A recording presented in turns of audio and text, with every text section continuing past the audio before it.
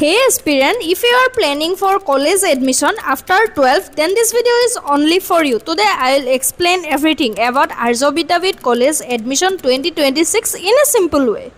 So একদম প্ৰথমে মই কোৰ্সৰ কথা কওঁ ইয়াতে BA, BSc আৰু BCom তিনিটা ষ্ট্ৰীমে আছে কিন্তু BCom তোমালোকৰ সেলফ ফাইনান্স হয় মানে তুমি নিজৰ খৰচত পঢ়িব লাগিব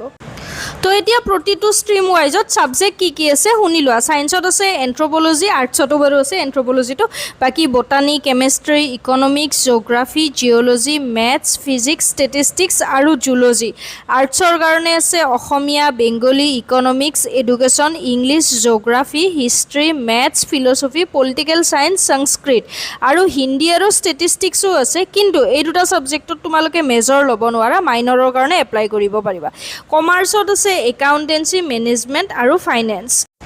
ইয়াৰ লগতে ইয়াতে কেইটামান এক্সট্ৰা কোৰ্সো আছে হেকেটা হৈছে কম্পিউটাৰৰ কোৰ্স কৰিব পাৰিবা foundation course in human rights certificate বা ডিপ্লোমা কৰিব পাৰিবা বায়ো ইনফৰমেটিক্সৰ ওপৰত সো নেক্সট স্টেপটো হ'ল যে এডমিশন প্ৰসেছৰ কাৰণে যিবিলাকে সমৰ্থ পৰ্টেলত ফৰ্ম ফিল আপ কৰিছিলা তো তোমালোকৰ কাৰণে এতিয়া কলেজখন আৰু বাকি যি কোৰ্স সিলেক্ট কৰিবা হেখিনি অপচন মানে ওপেন হৈ যাব তো এইখিনি ফৰ্মেলিটি তোমালোকে ফুল কৰিব লাগিব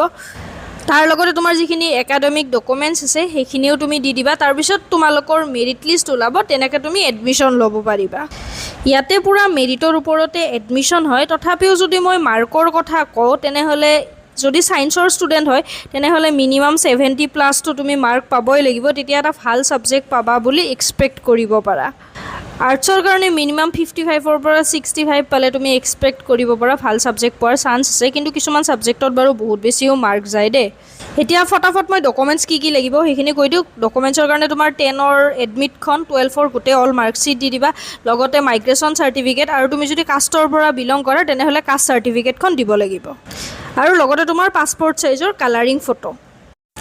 So that's all about Arya Vidyapeeth College Admission 2026. If you found this video helpful, don't forget to like, share and subscribe to the channel and thanks for watching.